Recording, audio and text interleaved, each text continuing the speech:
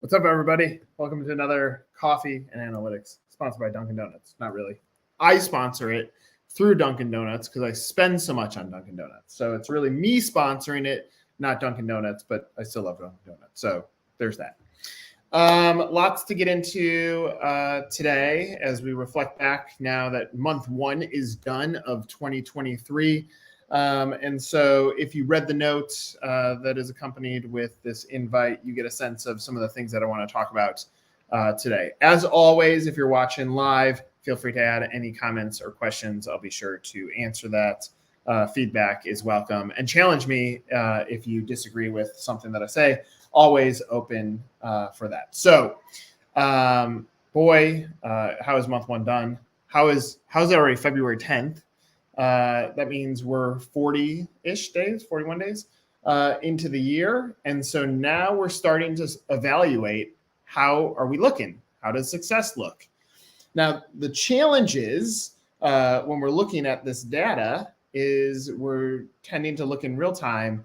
And the reality is based on everything that we learned last year, it's actually a reflection of what we were doing in Q3 and Q4 of last year. So if your leads are high, that means kudos to you. You kept the budget spending at the right place or standpoint. And the noise was loud so that now some of these leads that are converting over and saying, yes, I'm ready to talk with you. This is based on some of the work that you did before.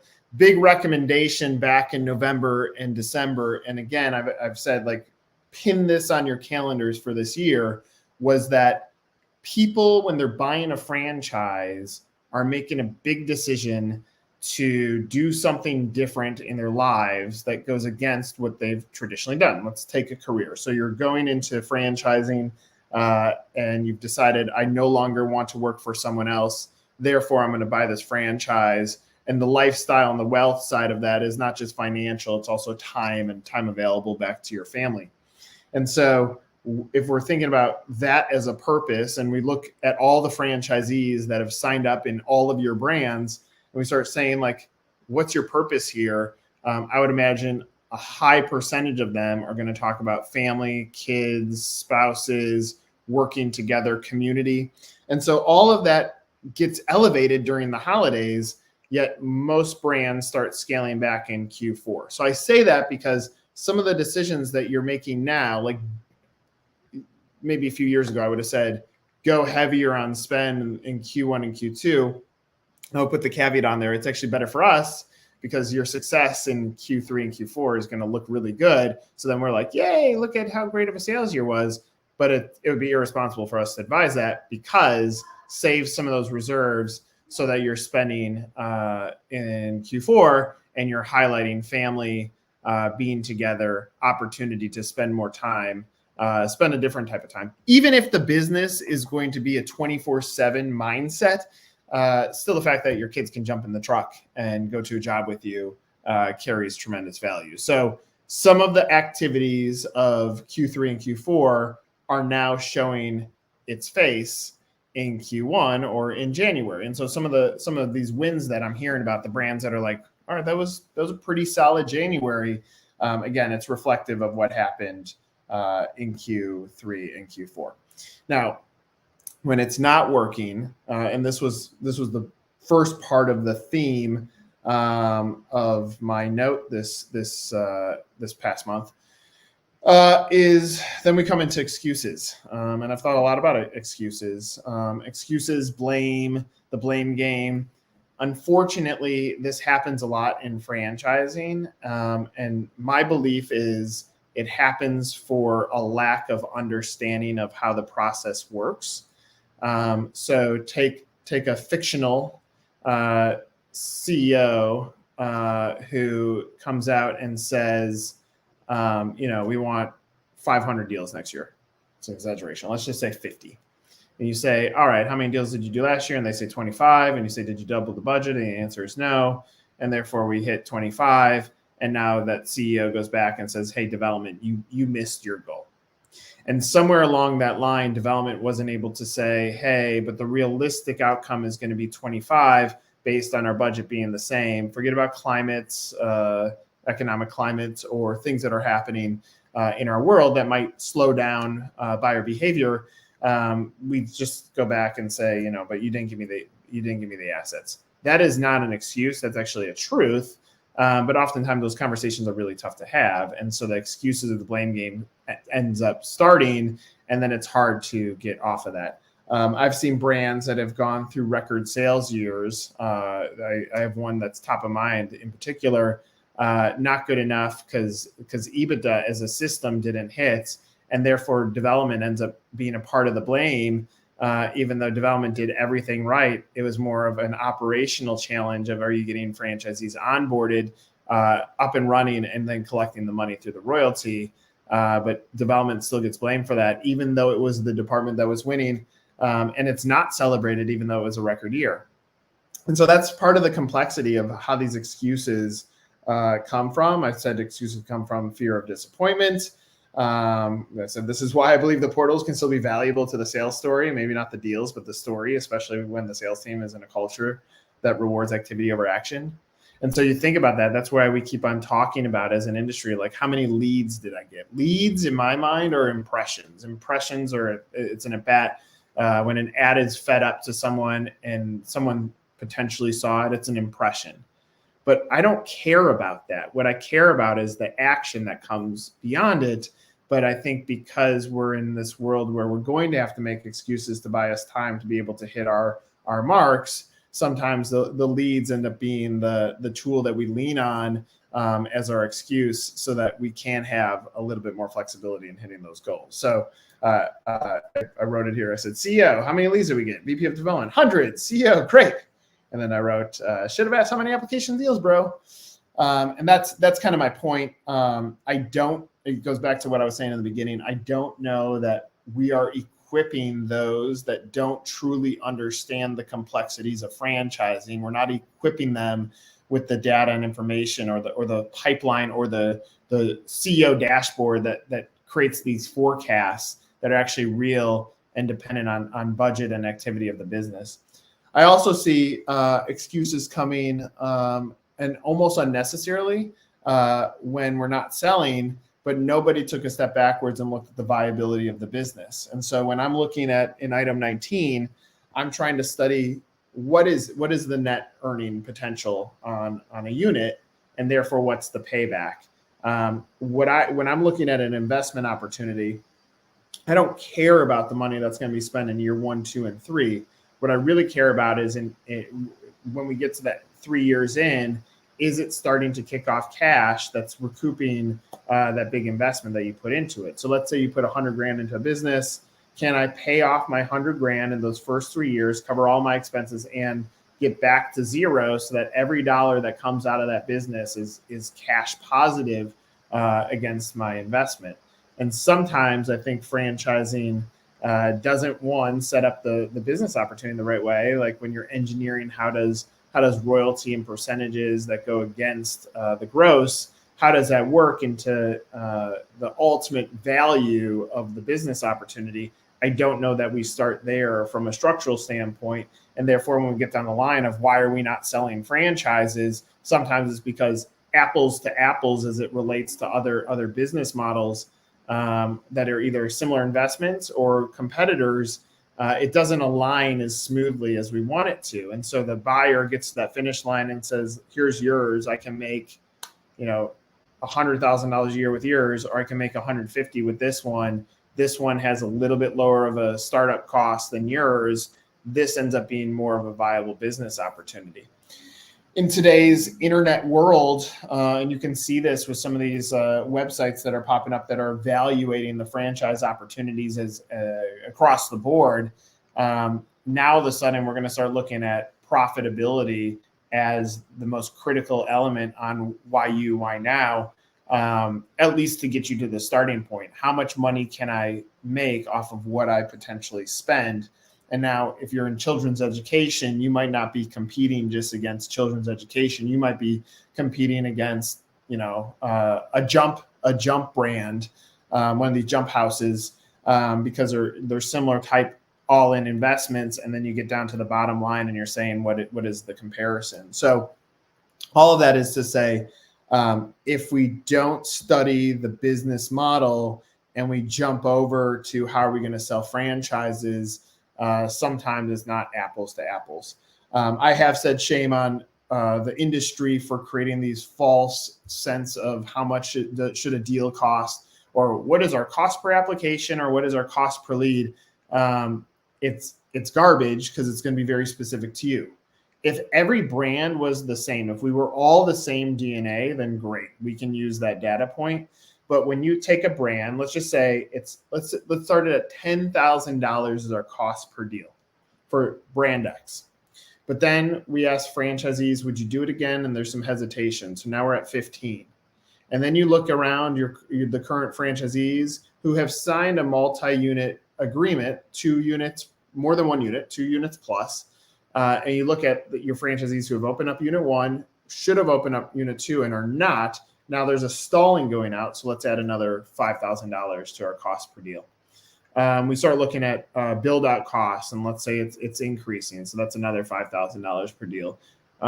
We look at labor relations, and our franchisees are saying, like, we're really struggling to hold on to our talent. It's another $5,000 per deal. We look at our bottom line, and it does not compare well with a competitor brand.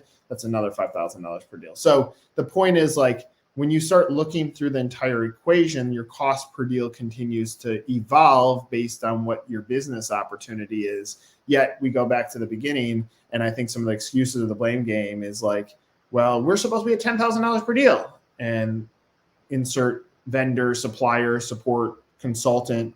They say, but you're not, because of all these other complexities.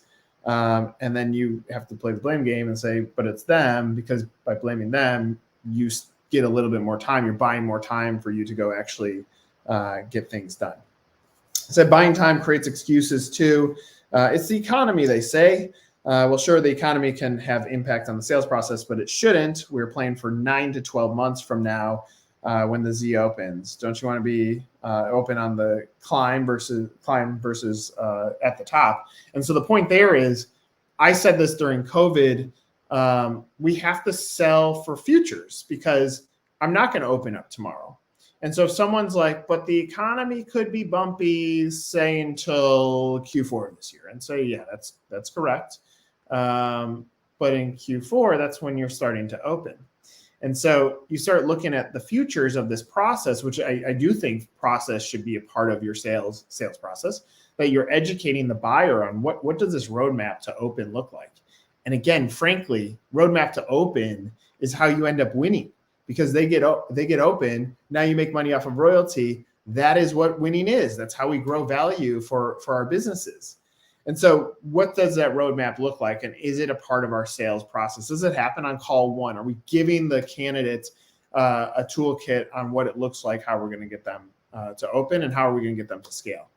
Side note there, before I continue on that, I've been looking at a lot of FDDs, looking at operating capital. And in my mindset, I look at what that total is. So let's say it says $15,000. Then I divide that by 3. It's 3-month operating capital. And so we're talking about someone who makes 60 grand a year, because it's $5 grand a month, maybe a little bit more after taxes. We're talking about a different number that sets up the tone on what you're thinking someone should come to the table with. So let's say they make $75,000 a year, and now you're looking at a 9-month run, and you're like, well, wait a second. At some point, they're going to start burning too much cash, which is going to stress them out, which when they get to open, they're not going to want to spend the grand opening amount, which is going to hurt their business, and it's going to get them slower out of the gate. So I know this doesn't play into what we perceive as sales tactics when we're positioning our businesses, which is increasing the cost to get in. But sometimes that can set the right operator into your system, which will set them up for success, which in turn will make you more royalty. And so I look at operating capital as an area of opportunity to eliminate the excuses when franchisee opens. I look at the grand opening fund, and let's just say you call grand opening is all of year one. I look at that as an opportunity to put another governor on this and increase your startup costs, so that when the buyer comes in, you have these 2 line items that are super heavy cash, which shouldn't stress them out as much. And if you set the tone on how are they going to pay until they get to the break-even point, which is when the cash stops burning, then you've set them up in the right way. Because in my opinion, stress kills creativity, stress can kill hustle, and stress kills scalability. And so if we're trying to also eliminate the excuses as a part of this process, we need to think about how do we give the tools back to our franchisee so that they don't feel stressed out as a part of becoming a franchise owner. Sometimes we don't have the answer to the question or haven't looked enough under the hood. Sales is tough. It's not A plus B equals C. It's a combination of a ton. What is your culture? What is your vision? What's the strength of your P&L? How are you approaching labor? What's the innovation look like? What does support look like? On the support side, let's stop making excuses there. Some franchise brands come out and say, we support you. Okay, but how?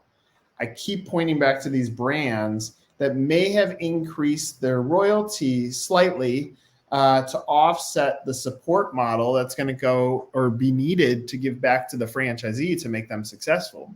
And so I've seen really good business models set up where the royalty is higher so that there's more resources to support that franchisee. That could be call centers, it could be digital marketing management, it could be back office creative, it could be the franchise coaching that goes into play, it could be putting traction, EOS into play throughout the system. Whatever those resources are needed, sometimes increasing the royalty ends up creating more resources so that corporate has the tools to actually go support the franchisee. Innovation. Eliminate excuses. What does your marketing calendar look like? Are you picking 4 key things throughout the year that you can put into work or into play that shows that you are being innovative as a company? Are you asking your franchisees for support? Do you have a FAC, a Franchise Advisory Council, that is saying like, hey, what if we did this? Are you listening to your franchisees to help impact innovation? How are you approaching labor? If you work through P&L as an exercise, just for argument's sake, let's say you're spending $15 an hour on your employees, but the turnover is significant. Have you worked through what would it look like to pay $20, not have to worry about hiring as frequently, outpricing or outpaying what the competition pays, and keeping your employees a little bit stickier, which in turn should drive top line revenue, which will eventually drive more bottom line revenue. Have you worked through that exercise? Just not saying put it into play, just so that you're having a different approach to labor. Saw a brand a few weeks ago, super strong culture. I can see that the culture from the founder drives people to be very excited about working for that brand. That doesn't mean the founder is managing the employees of the franchisee. It just means the founder is setting up a culture that makes people want to be a part of their system, which is pretty cool. Strength of the P&L, it may waver a little bit. I've always been surprised at the PR story of flat, especially when you had some record years of sales. Flat's not bad because you're still printing money. And sometimes that story gets told in the wrong direction when money is still being brought to the bottom line, which EBITDA ends up being the pathway to how you exit a business. So what's the strength of the P&L? I know some people say, but our franchisees buy on passion. I'm like, sure, yes, we have to be passionate of what we do, or else we're not going to hustle the way that we want to. But the P&L has to be a part of that process. You've got to show me that you have a viable business. I did look at a brand a few weeks ago that was super strong from a gross sales standpoint. And they said, even though our net percentage is low, they were feeling stressed or disheartened by that number. And I said, yeah, but let's look at the aggregate of what that actually looks. When you're doing $4 million in sales and your net is a little bit low, that's okay, because look at the amount of cash that's being kicked off and the ability to pay off the investment and to get past that 3-year mark where you're actually building wealth off of that investment. I was like, you actually have a viable brand. You're just not telling the story right. Vision. This does surprise me. There's plenty of websites and plenty of sales processes that don't involve the vision of the executive leadership team. But that's critical. Like, I'm going to buy from people. I want to see what's going in place. So don't let the lack of vision be the excuse why someone doesn't buy. Don't let the lack of vision be the excuse of why you can't sell. Force the hand of the founder, the CEO, the leader to give the vision statement on what are we trying to accomplish in the next year. And then culture, I saw a brand a few weeks ago, blown away by their corporate location. And it's happened 2 times as of late. I was like, holy cow, the amount of support and depth behind your business is so strong. But there's no video, there's no storytelling, there's no photos of this awesome culture that's being built, which is really the heartbeat of the system, which is all these human beings that are coming together for the success of the franchisee. I was like, man, that's a miss, because if I saw that as a buyer, I would say, wow, all of this is working for me. And so I go through all those things because it's like, let's not have excuses of why something's not working. This is very fundamental. Let's get back to the fundamentals of making sure we have the assets in place and eliminating the excuse. I could think about my own life on an excuse. The first one that comes to mind is back in my mid-20s. I hired a trainer, and I told the trainer that his job was to make it so that I would dunk a basketball. That's all I wanted to do. And at that point, I probably weighed 260 pounds. And so the weight of me, I better have strong legs to get me off the ground. And so that trainer, I mean, he had me do everything twice a week that he said is going to work me towards getting in good shape. I remember I couldn't even do one push-up when I started. And he's making me get the groundwork into shape. He said, at night, I need you running 3 miles. I lived on the lake in Chicago. He said, I need you running 3 miles a night. You got to commit to this. And the truth is, I didn't do those 3 miles then. It wasn't in my cards. I chose to drink beer and eat cheeseburgers versus doing that part. And so we get to the end of this 6-month journey. And I said, look, I still can't dunk a basketball. I can see that I'm playing better, but I can't dunk a basketball. I'm looking at my weight hasn't shifted. And I fired the guy. And the reality is that was an excuse, because I didn't do all the right things or the things that he asked me to do. And then I blamed him, and he was my excuse, versus looking in the mirror and saying, this is on me. And I think a lot of brands don't look in the mirror and say, what can I do to make this better? And we treat franchise sales like it's fairly easy. Not that we're convincing someone to invest their life savings into a business that they have no control over and they're going to be in a relationship with for 10 years, which doesn't happen in real life. And I think that's the thing. Like, if you want to win in 23, it's about looking in the mirror, looking at the viability of your brand, and maybe looking at winning in another way. I keep on using this analogy, and this is what my hands do. I think most brands come out of the gates and say, we want to grow. And growth for them means selling more franchises. So this is unit count. And I keep on saying, but what if you focused on unit level economics? And yes, if deals come in, keep your budget going, deals come in, but you keep on growing these unit level economics. I'm trying to get my hands right. I feel like Ricky Bobby. And so you grow a little bit fatter, and the unit level economics improve, the profitability improves, your consumer positioning improves. And then what happens is your franchisees start growing. And when your franchisees start growing, more franchisees come into the system because they're looking at it. And there's a secret. My perception of Jersey Mike's was they had no item 19, yet their franchisees are still buying up units. Well, that was the secret when they were on their growth spurt. They had a founder that they believed in. And they were looking at their bottom line. They knew how much money they were making. That's why they kept on swallowing up more units. And sometimes that's the secret indicators of whether a business is viable.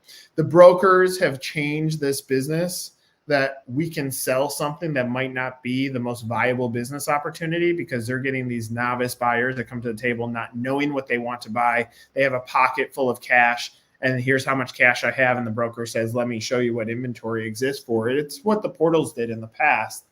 But what not happening is people aren't evaluating the business opportunity, talking about profitability and the break-even point, and scalability. They're not coaching that operator through. And sometimes these franchisees are buying into a system thinking they're going to get rich, but never had the tools to actually scale, and should have actually not been qualified for that brand, should have actually gone a level down. And so again, that just creates excuses in the process.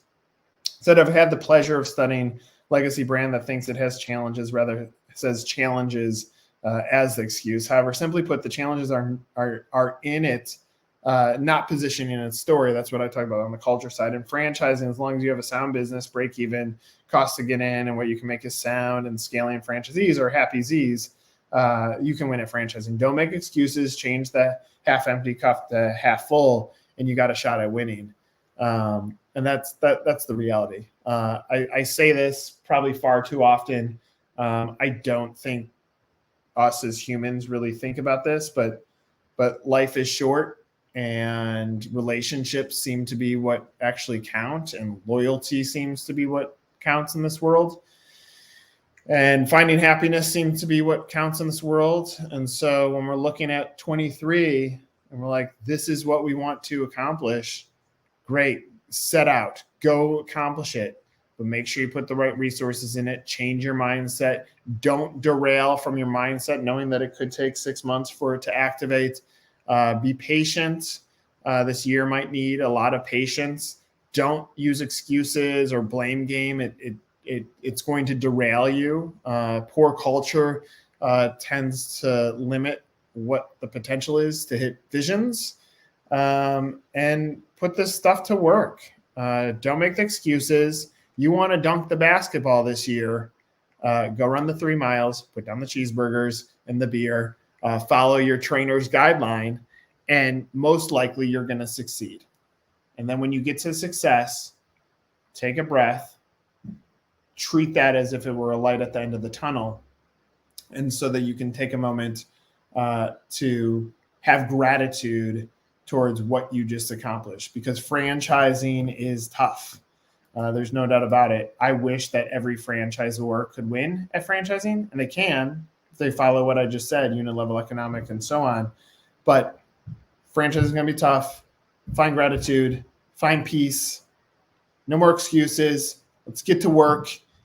And I look forward to talking to you about a month from today. Happy February. See you guys. Coffee and Analytics, not sponsored by Dunkin'. Now my coffee's cold. See ya.